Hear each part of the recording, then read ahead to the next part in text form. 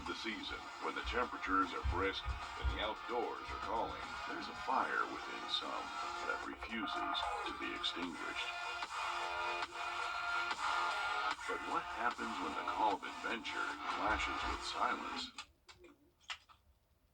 That's when the real power of determination shines through. We're here when you need us. Batteries Plus. Awaken your drive. You're laughing and crying at the same time. Weeknights on CBS. Behold, BOGO for $1. Grab the iconic Big Mac, Chicken McNuggets, Quarter Pounder with cheese, or Filet-O-Fish only in the McD app. Ba-da-ba-ba-ba. The First Alert team, the best in Georgia. Live from Augusta, you're watching News 12, live at 5. A long-awaited upgrade is coming to Augusta University. Today, crews broke ground on a new parking deck on Spelman Street. That's on the Health Sciences campus. Parking, of course, it's been a hot topic for a while now, but just around the corner, employees and students can look forward to even more parking spaces. Our Craig Allison joins us live at 5 in our newsroom. And Craig, how long has the university been working to get this project started? It's been a fight for space the university started working on back in 2019, but was delayed due to COVID. But now, the new deck will hold 1,350 new spaces right in the heart of the medical district campus. And this is what the new project will look like here on the Health Sciences campus, where you currently see construction digging the foundation.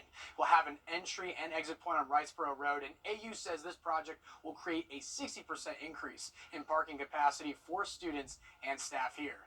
Although this is, over 1,300 parking spaces, which is a lot, it's still going to be a little hard to find parking. You're not going to be able to park right in front of your classroom every time, or in front of your office like you'd like to be. But it's going to significantly help the challenge that we have right now for parking.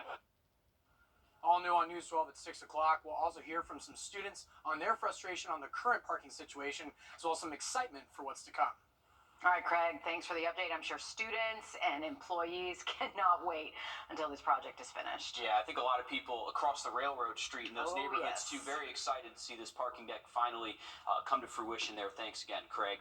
We're taking a live look outside over Walton Way here on a sunny but chilly Monday afternoon as we check in with First Alert Chief Meteorologist Riley Hale. I think we all got a little spoiled last week. It was almost like summer out there. We did. What can we expect heading into the rest of the week, though? Well, it's going to feel a little bit more like January over the next couple of days. So today, right at average, low 60s for high temps across most of the CS already today, from Thompson all the way to us here in Augusta and over into Aiken. A little bit warmer for our southern counties. We're expecting highs to stay similar over the next couple of days, maybe just at a couple degrees cooler or higher for the rest of the work week. But a lot of blue sky out there. Beautiful day across the region.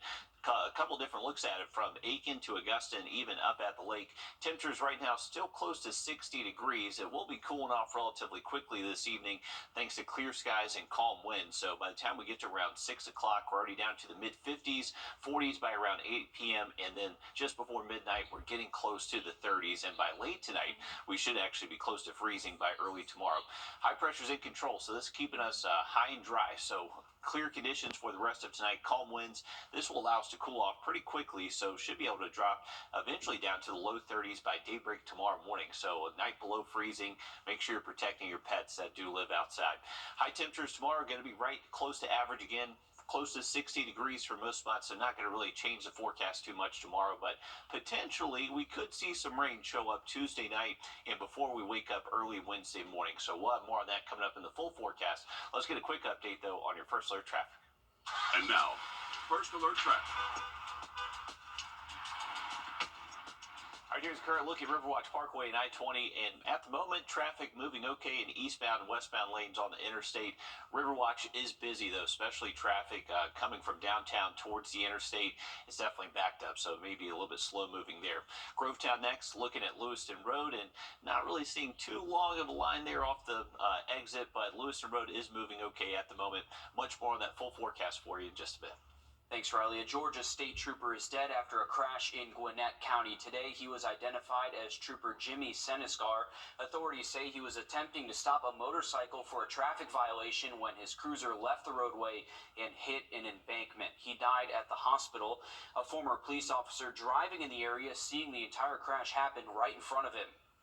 I looked at my son. I said, look, it's a chase. And he looks over there, and next thing you know, all you see is just debris from his car just flying in the air. Senescar became a trooper 1 year ago in January of 2023.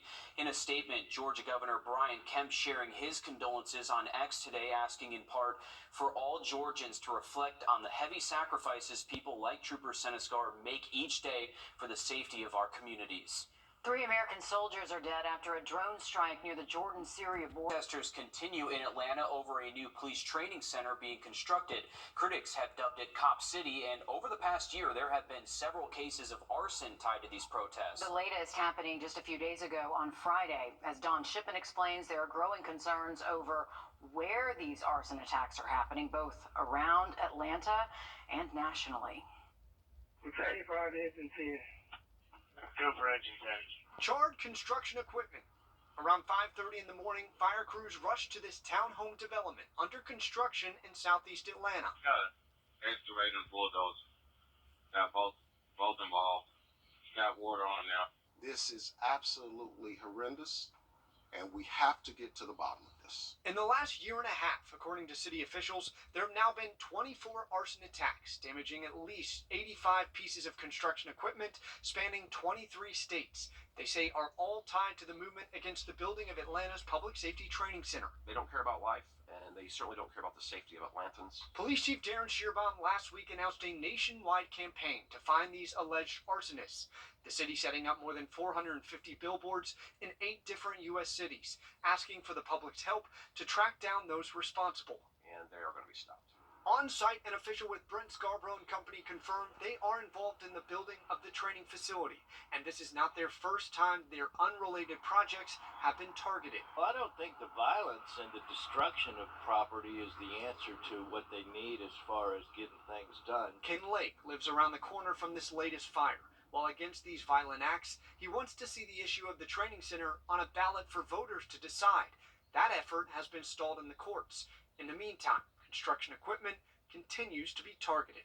It appears to be some construction equipment that's going to be on fire at this location. And this has got to stop. A $200,000 reward is being offered for information leading to the arrest and conviction of the people responsible for these attacks. And today, 2 Stop Cop City protesters locked themselves to construction equipment at a construction site in Atlanta's Midtown. Both were removed from the area by law enforcement by 11 this morning. The construction site is reportedly managed by the lead contractor for the Public Safety Training Center. Convicted killer Alec Murdaugh back in court today, hoping to get a new trial. Last March, he was sentenced to life in prison for the shooting deaths of his wife and son, but in September, his defense team filed for a new trial, alleging Colleton County Clerk of Court Becky Hill told jurors not to believe Murdaugh's testimony. Today, a judge questioned jurors who sentenced Murdaugh. His defense team must prove Hill made improper contact with jurors during the trial and prove that her actions had an impact on the jurors' verdicts. We will have much more on today's trial and what Becky Hill had to say ahead in the next half hour. A Georgia veteran now returned home 70 years after he disappeared on a battlefield in North Korea. Over the weekend, the city of Valdosta and the military community honored Master Sergeant Roy Barrow. Barrow was a decorated World War II veteran before he was reported missing in action on December 12, 1950. The exact cause of his death is unknown, but his remains were identified thanks to Operation Glory, which uses DNA science to identify soldiers' remains. His family says this is a moment that they've been waiting for most of their lives, including his daughter. I think he would have been amazed at the outpouring of love that I have received on his behalf in the last 4 months. They say now they're at peace with their loved ones' remains back home where they belong. Since its creation, Operation Glory has identified hundreds of remains and returned them to their families. Experts say your summer could be extra loud and full of creepy crawlies this year. What you need to know next, Riley. Well, we were very warm last week. This week's going to feel a little bit more like January, but it should be beautiful. We'll have that full forecast just after break. Time and Chrysler Dodge Jeep Ram. Ridebaby.com. Click, click. Welcome back, folks. It has been a very nice day to start off the work week. We did have temperatures today, very close to average, 61 officially at Bushfield. But take a look at all the warm temperatures that we had last week. And then the week before that, we were well below average. So we just kind of been on this roller coaster ride. We're going to kind of level out the roller coaster the next couple of days. High temps will be within about 5 degrees of average through the rest of the work week. Plenty of sunshine out there today. A beautiful look overhead outside of our studios. I-20, not too backed up at the moment. So if you're crossing the state line, good conditions there. 60 still here in Augusta with a good steady northwest wind. Wind will start to calm down tonight. Skies will stay clear, so a good rest speed to cool off efficiently tonight. A low temperature should be able to get close to freezing as we get to late tonight and early tomorrow. If you're heading out this evening, though, should stay in the 50s and 40s. There's those temps, so by daybreak tomorrow, 31 to 32 degrees. It is going to be a cold start, so bundle up heading out to the bus stop and for that morning commute. Beautiful day nonetheless, though. It's just going to feel like January. We're going to see plenty of sunshine. High temps should be close to 60 tomorrow afternoon, not too far away from kind of what we're feeling out there today. But the wind direction is going to be changing, so it is going to be a beautiful day with lots of sun, but some building cloud cover later into the afternoon, and that is going to be a sign of potentially seeing some rainfall late Tuesday night into early Wednesday morning. Now, it doesn't look like a lot of rain. This is going to be falling when a lot of us are asleep, so this is 1 a.m. to around 5 a.m. early Wednesday morning, so not really going to cause any major impacts, but just going to bring us a few showers behind that front. Moving through Wednesday morning, it is going to be a little bit breezy throughout the day, and then we're just going to stay sunny and mild Thursday, Friday, and Saturday, and then we'll see another system show up late into the weekend on Sunday. But high temperatures not too far away from average, close to 60 tomorrow. We'll cool off a little bit Wednesday as we bring back a few more clouds and get on the back side of that front that passes through Tuesday night. But temperatures will rebound back into the mid-60s Friday and Saturday. Should be great weather out there, and decent weather up at the lake this week. High temps tomorrow there, upper 50s. Just a little bit cooler Wednesday. We'll stay the mid-50s there up at Clarks Hill, and a little bit breezy Wednesday, bringing back a north wind between 10 to 15. But we got a pretty cool event happening up at Clarks Hill later this week. Thursday and Friday, we have the Bassmaster College Series coming to town, so they're going to be fishing up at Clarks Hill Thursday and Friday. They're going to be hosting weigh-ins at Wildwood Park starting at 3 p.m. each day. Should have great fishing weather Thursday and Friday. Temperatures just going to be close to average, so some chilly mornings, but comfortable afternoons close to 60 degrees. Once we get into the weekend, we are tracking that next chance for rain again Sunday, so a heads up for any weekend plans. All right, thanks, Riley. The summer buzz from cicadas isn't here just yet, but there's a buzz over how many of those noisy insects we could see this year. Oh, they're loud. Joshua Skinner explains. Spring will get here eventually, causing people to turn their eyes to the trees and the beautiful foliage. But this year, the most unique aspect is not going to be what's coming out of the trees above, but rather what's coming out of the ground below. You've probably heard the buzz. Well, that buzz too. This year, we anticipate that over 1 trillion cicadas will emerge in 12, 14 states. That's trillion with a T. Entomologist Dr. Nancy Hinkle at the University of Georgia has been waiting. You will not see any periodical cicadas before tax day, and there will be none emerging after the end of May. Known as Brood 19, these guys have been underground, feeding on tree roots for the past 13 years. You'll recognize them by their unique colors. Periodical cicadas are red and black. We claim them here at the University of Georgia. They're smaller than the green cicadas we see each summer and a boon in the woodland critter food chain. Every possum, raccoon, turkey, deer, and human? Periodical cicadas can be included in your diet. That's disgusting. Butter sauce with a little garlic, maybe a little Tabasco sauce. Getting back to the point, while you can eat them, they don't pose any threat to you.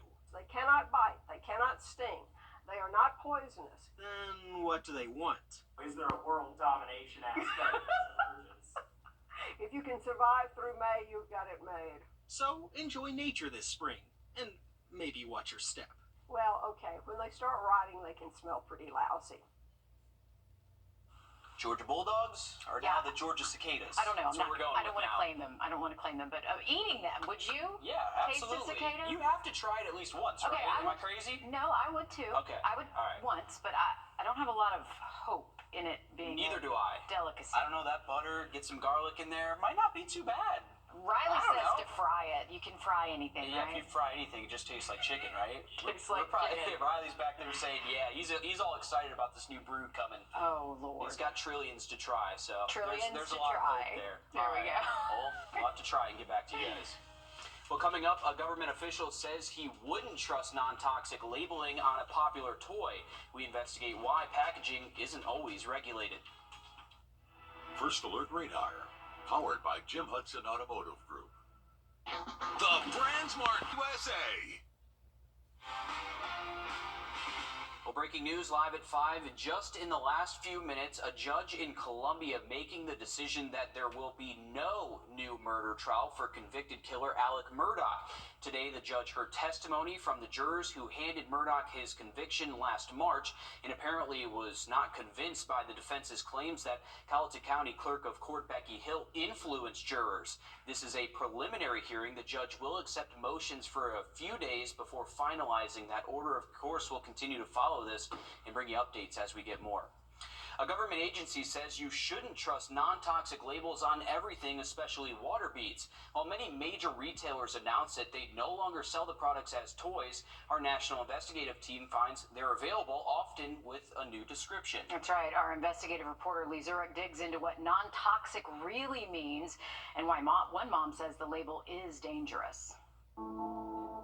7 years ago, the word non-toxic was part of a selling point for Ashley Haugen and her husband to agree to buy their older daughter water beads. You would think if something said non-toxic that it literally meant that it had nothing in it that was potentially harmful. That's what you would think, and that is not the case. Ashley said they did harm her then one-year-old daughter Kipley, who got a hold of the little squishy beads despite playing in a separate area. When these little beads are dry, they're the size of a sprinkle. We had followed all the best advice, and yet we were sitting here in the hospital.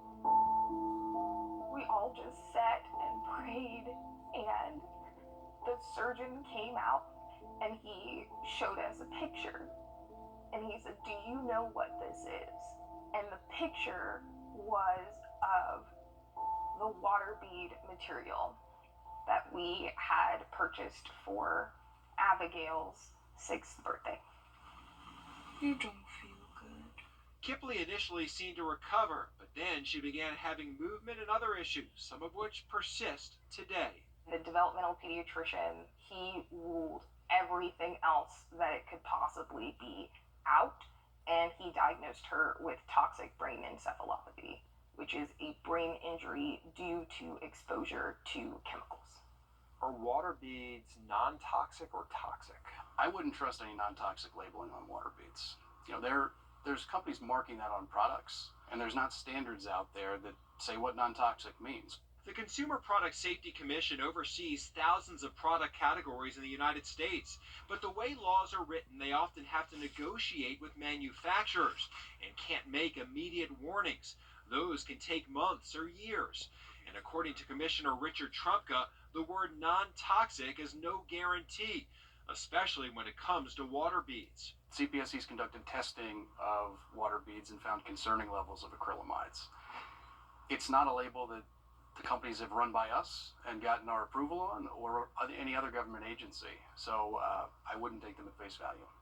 And with no pre-approval of these labels by a regulatory agency and the inability for the government to test every single product that goes to market, non-toxic has become nonsense to parents like Ashley. All of us were thinking, okay, non-toxic, it should be fine, she should be fine. In December, Trumka wrote to major retailers asking them to stop selling water beads. Many of them quickly made that commitment to pull products. Target, Walmart, Amazon, and others. Our team has watched listings disappear slowly online and products removed from shelves. But we found there are still plenty of listings for water beads to be used in flower vases or as decor, some of them still brightly colored and appear to have been previously sold or used as toys. Ashley is now known as that water bead lady, a title she proudly took as a representative for other parents. Both she and Commissioner Trumka support a bill that would ban water beads, and she says there's more to be done. If we're supposed to protect our kids, which is what most loving, caring parents want to do, then we need that information in order to keep our kids safe. Lee Zurich on your side. Ashley said she spoke to multiple attorneys in an attempt to sue to help pay medical bills for issues that continue to this day, but she said that no one would take her case because the manufacturer is overseas and there isn't much that they could do. Riley? All right, thanks, Will. It's going to be chilly tonight, down near freezing. We'll have another quick look at the forecast just after the break.